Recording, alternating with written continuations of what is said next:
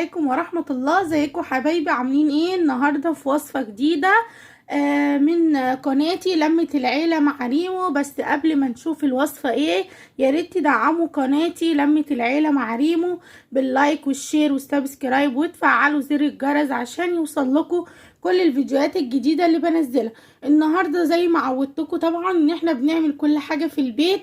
النهاردة هنعمل مع بعض وصفة سهلة وبسيطة، ومش عايزين نجيب حاجة من بره خالص. النهاردة هنعمل مع بعض رموش الست. رموش الست جميلة وبتدوب في البق كده وطعمها تحفة.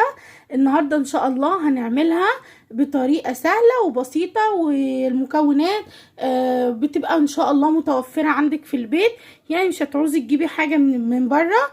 وهنعملها بطريقة سهلة وبسيطة وبمكونات زي ما انتوا شايفين بسيطة جدا. ومفيش اسهل ولا ابسط من كده.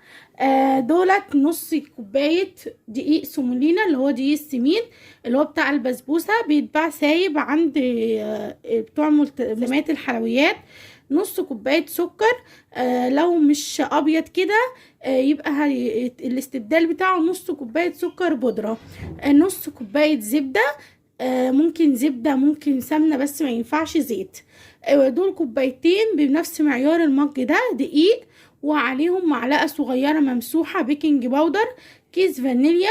دول بيضتين بس انا خدت الصفار، يعني دي بيضاية، والبياض بتاع البيضة التانية والصفار هندهن بيه الوش لما ان شاء الله نعملها مع بعض. يلا بقى نحط بقى المقادير مع بعض ونقول بسم الله. بس قبل معلش ما نحط المقادير هنعمل مع بعض الشربات. دولت كوبايتين سكر بمعيار المج ده، وهنحط عليهم كوبايتين ونص مية، وهنحطهم هيغلوا على النار غلوتين كده، ونروح حاطين عصرة ليمونة. دول عشان لازم الشربات اللي هنسقي بيه رموش الست يكون بارد، وتكون الرموش هي سخنة، فهتحطي ساقع على سخن. دول كوبايتين سكر، هنحط عليهم كوبايتين ونص ميه اهو، وهنقلب بقى في النص كده، بلاش من على الطرف عشان السكر بتاعنا ما يسكرش.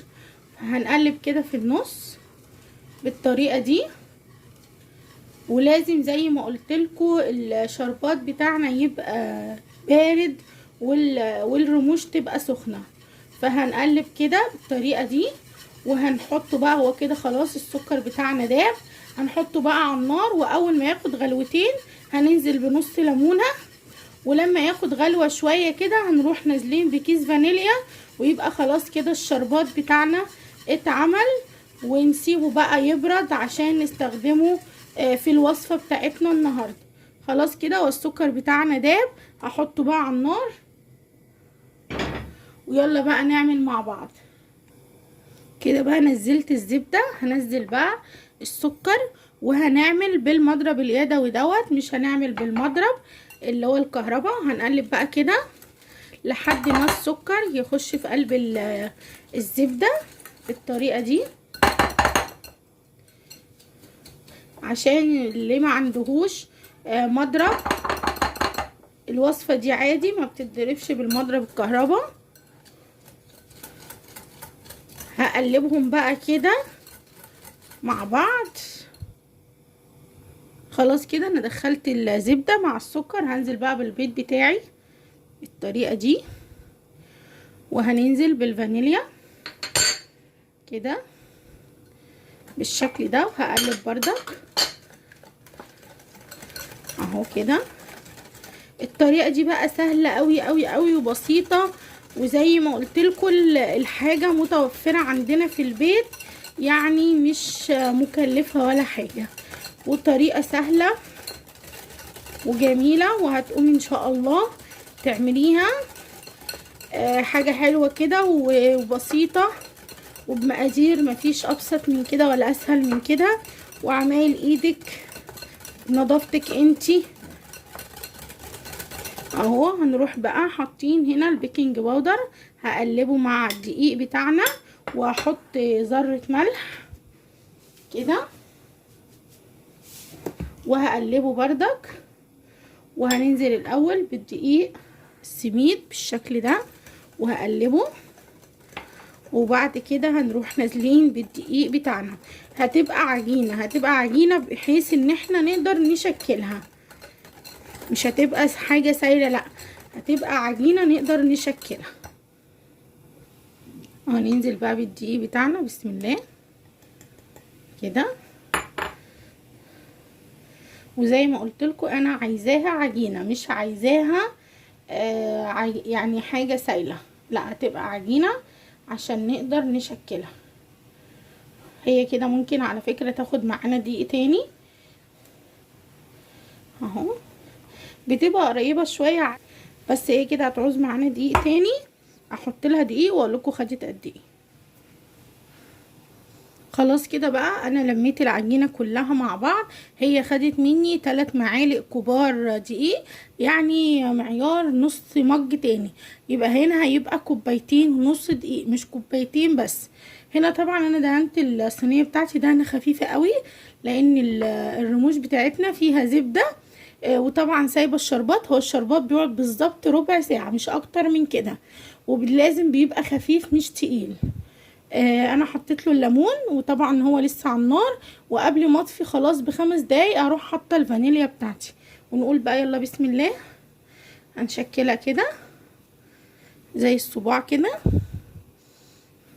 هنكورها كده، ونروح عاملينها صباع كده صغنون مش كبير اهو. شايفين الحجم ده؟ تروحوا عاملين كده اهو بالشكل ده. ناخد حتة تاني هنعملها دايرة كده، ونروح جايين عاملين كده صباع صغنون بالشكل ده، وتروحي عاملة كده اهي بقت بالشكل ده. هعمل بقى الكمية كلها وارجع لكم تاني. ورجعت لكم بقى بعد ما خلصت الكمية بتاعتي. شايفين ما شاء الله من المقادير البسيطة بتاعتنا عملنا صينيتين، ولسه كمان لما يستووا معانا اوريكم الشكل النهائي، واوريكم ان شاء الله يبقى قد ايه. هنا بقى انا خدت الصفار اللي انا قلت لكم في الاول ان انا خدته من البيضة اللي احنا حطينا البياض بتاعها بس، ده الصفار، وحطيت عليه رشة فانيليا، وهنقلبه كده عشان بس الزفارة بالشكل ده. وهندهن بقى بيه الوش بتاعنا، بس ايه هندهنه بالراحة خالص بحيث ان احنا ما نطلعش البيض بره الصينية، يعني اهو بره القطعة بتاعتنا ما نطلعش البيض بالشكل ده كده. او احنا ايه ما بنطلعش بره القطعة بتاعتنا بيض. شايفين بالشكل ده؟ طبعا انا مشغله الفرن بتاعي على درجة حرارة 180، وهندخله على الرف الوسطاني، وهدهن بقى الكمية بتاعتنا كلها وهدخلها الفرن، وهقول لكم هي قعدت قد ايه بالظبط في الفرن بتاعنا. ورجعت لكم بقى. شايفين ما شاء الله بعد ما استوت معانا بتبقى بالشكل ده. هي طبعا سخنه لسه، زي ما قلت لكم ان هي لازم تبقى سخنه، والشربات بتاعنا بارد اهو. الشربات بارد خالص اهو، شايفين؟ حط ايديا فيه بارد خالص، لازم يبقى بارد قوي وهي سخنه. هننزل كده بسم الله اهو بالطريقه دي، وبتسيبيها بقى في الشربات بتاعها ده. تحاولي بقى ايه ترشي على كل واحده بحيث ان الشربات يبقى طايلها كلها اهو بالشكل ده. وبتسيبيها بقى مثلا بتاع 5 دقايق بس تقعد في الشربات كده، بحيث ان هي تشرب الشربات بتاعنا كده بالطريقه دي اهو كده اهو.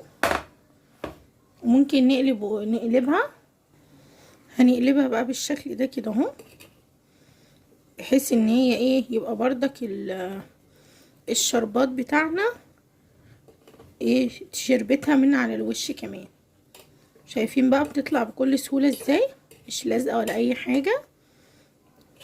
وعايزة اقول لكم بقى ان الطعم حكاية حكاية حكاية اهو، وزي اللي بتشتريها من المحلات واحلى كمان. انتي ضامنة بقى طبعا الحاجات اللي انتي حطاها بنفسك ونظافة ايدك انتي. وطبعا زي ما قلت لكم احنا مش عايزين نشتري اي حاجة من بره. وشايفين من تحت ما شاء الله عاملة ازاي السوا بتاعها اهو. نحاول نقلبها بس عشان تبقى ايه الوش كمان شارب من الشربات بتاعنا. هنا بقى الصينية التانية اهي طلعت معانا، هنحط بردك عليها الشربات. سامعين الصوت ده؟ لازم بقى تعمل معانا الصوت ده. والشربات اللي بيتبقى على فكرة مش بترميه، بتشيليه وتصفيه وتستخدميه في وصفة تاني. يعني احنا هنا ما بنرميش عندنا حاجة خالص اهو بالشكل ده، بالشكل ده اهو، بحيث ان كل واحدة تبقى اتغلفت بايه بالشربات بتاعنا. هسيبها بقى 5 دقايق ترتاح في الشربات وتاخد من الشربات بقى، وهوريها لكم بقى الشكل النهائي بتاعها. وعلى فكرة هي قعدت في الفرن ربع ساعة، ربع ساعة مش اكتر من كده. هوضبها بقى واظبطها بقى في الطبق بتاعها واوريكم الشكل النهائي بتاعها. ورجعت لكم بقى بعد ما خلصنا الكمية بتاعتنا. شوفوا بقى ما شاء الله من المكونات البسيطة، شايفين ما شاء الله طلع معانا قد ايه. دي كانت الكمية كلها بتاعتنا وبطريقة سهلة وبسيطة، والمكونات عندك في البيت، يعني مش هتكلفي نفسك بأي حاجة، وحاجة انتي عاملاها بإيدك انتي ونظافتك انتي ومكوناتك انتي. وياريت بقى تجربوها ان شاء الله تعجبكم قوي، طعمها تحفة. وياريت بقى تجربوا الوصفات كلها اللي انا بعملها، هتعجبكم جدا. وما تنسونيش بقى باللايك والشير والسبسكرايب وتفعلوا زر الجرس عشان يوصل لكم كل الفيديوهات الجديدة اللي بنزلها. واشوفكم ان شاء الله في فيديو جديد ووصفة جديدة. السلام عليكم ورحمة الله وبركاته.